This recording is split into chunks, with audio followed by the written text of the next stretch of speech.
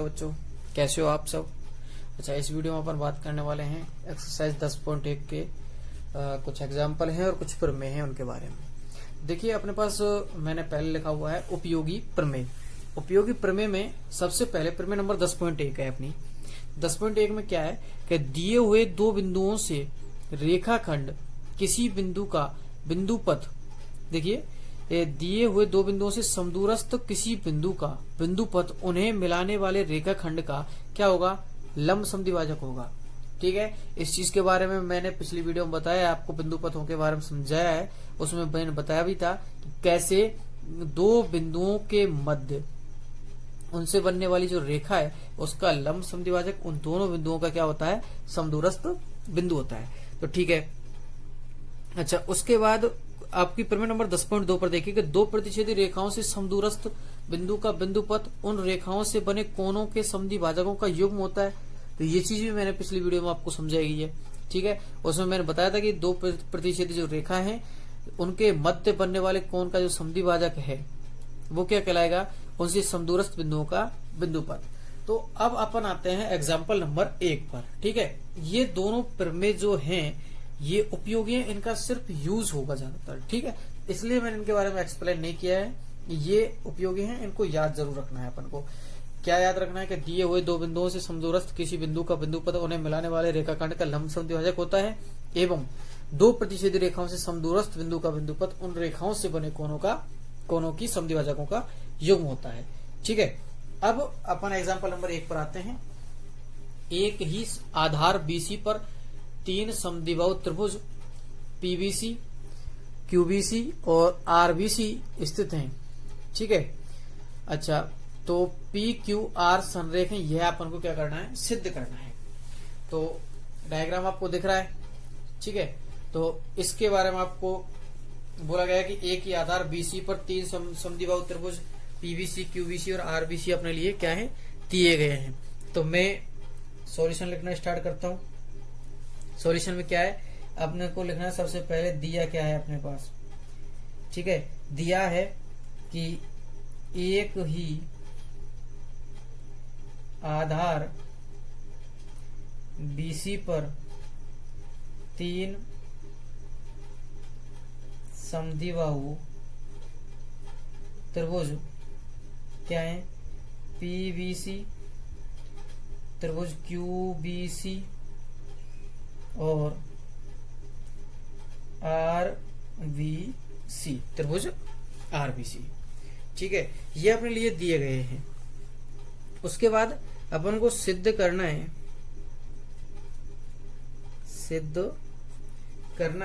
तो सिद्ध करना है में अपन को लिखना क्या है कि पी क्यू और आर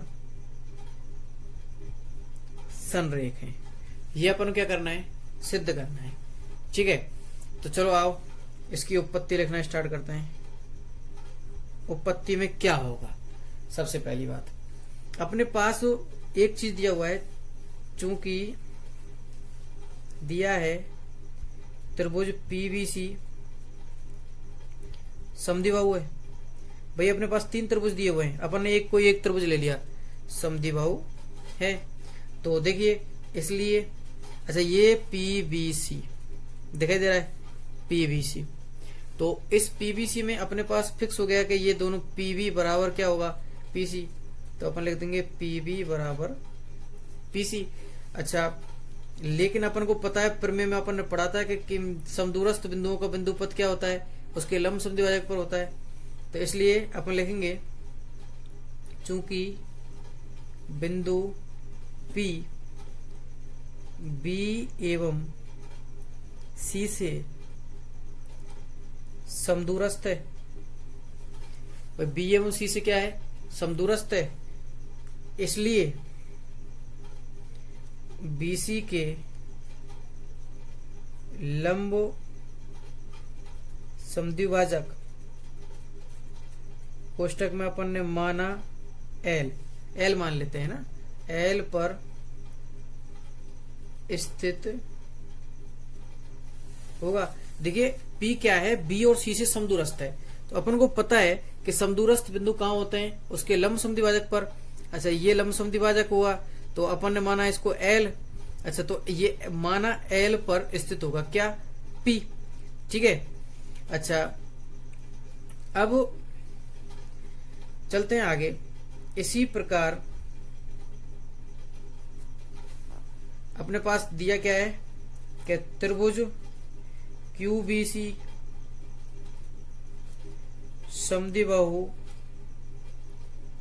त्रिभुज है, ये भी दिया हुआ है। अब QBC कौन सा है, ये, तो इसमें हो गया QB, इसलिए QB बराबर QC। अतः बिंदु Q भी L पर स्थित होगा।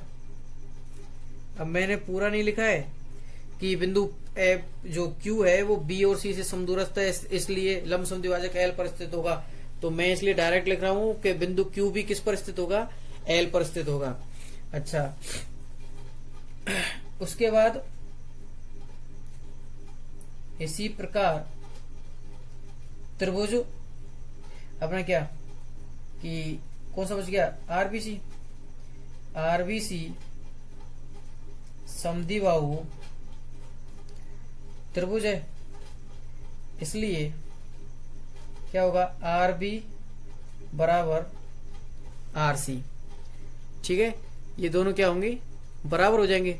जब RB बराबर RC हो जाएगा तो अपन लिख सकते हैं अतः बिंदु RB L पर स्थित होगा।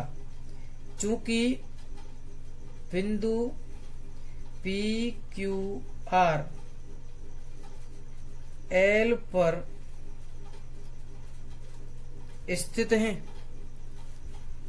ठीक है, इसलिए PQR भी संरेख, भाई चूंकि ये एक ही रेखा पर स्थित है तभी तो संरेख है, तो इसलिए ये भी क्या होंगे, संरेख होंगे।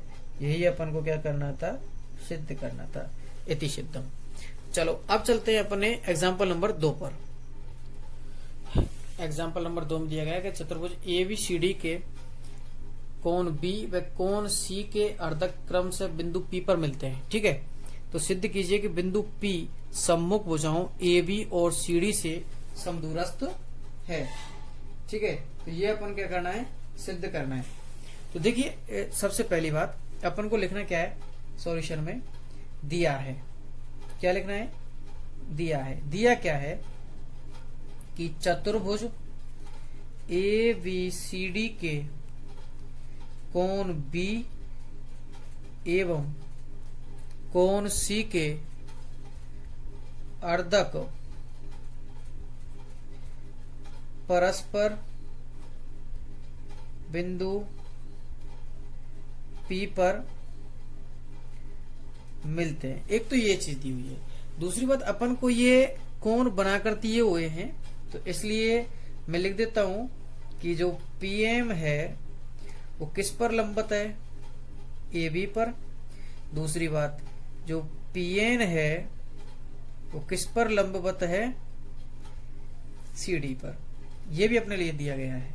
अच्छा उसके बाद अपन को सिद्ध करना है, कि ये PM जो लंबवत है वो बराबर होगा PN के। भाई तभी तो इन जो समदूरस्थ का मतलब होता है, जो दूरी होती है वो हमेशा लंबवत नापी जाती है, इसलिए अपन ने लंबवत तो ले लिया। तो अब देखना है PM बराबर PN है क्या, ये सिद्ध करना है अपन को। अच्छा उसके बाद अपन रचना लिखते हैं। एक छोटी सी रचना ये है कि अपन ने PL इसको भी लंब डाल लिया किस पर, BC पर। तो अपन ने लिखा कि PL लंबवत BC खींचा। भाई PL को किस पर लंबवत खींचा है, BC पर। तो आगे चलते हैं अपन इसकी उत्पत्ति पर। चलो उत्पत्ति करना स्टार्ट करते हैं। तो देखते हैं कि अपन लिखेंगे इसमें कि ये किसका है। माने चलो पहले B से लेते हैं। तो कोण B के अर्धक पर कौन स्थित है, P स्थित है। तो मैंने लिखा कोण बी के अर्धक पर पी स्थित है, तो इसलिए जो पीएम बराबर होगा किसके, पीएल के। समीकरण नंबर 1 देखिए क्यों होगा, मैंने लिखा है, बोला है आपके में कि ये इसके किस पर, पी किस पर स्थित है, कोण बी के अर्धक पर। अच्छा, अर्धक पर स्थित अपन पहले पढ़ते हुए आए हैं कि कोणों को समद्विभाजन करने वाली रेखा दोनों भुजाओं से समान दूरी पर होती है। तो एक ये भुजा हुई ए बी और एक ये बी सी, इसका तो कोण है, तो इससे भी बराबर दूरी पर होगी और इससे भी बराबर दूरी पर होगी। इसको मैंने कह दिया समीकरण नंबर 1। दूसरा कि कोण सी के अर्धक पर पी स्थित है, तो मैंने लिखा इसलिए क्या होगा कि भाई पी एन बराबर पी एल। समीकरण नंबर 2। अच्छा देखिए कौन सी के अर्धक पर है, तो इसलिए पी एन बराबर पी एल। अब मैं लिख सकता हूं समीकरण 1/2 से।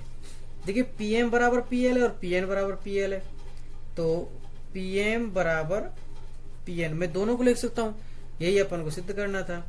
इति सिद्धम। ठीक है, चलो इसमें इतना ही।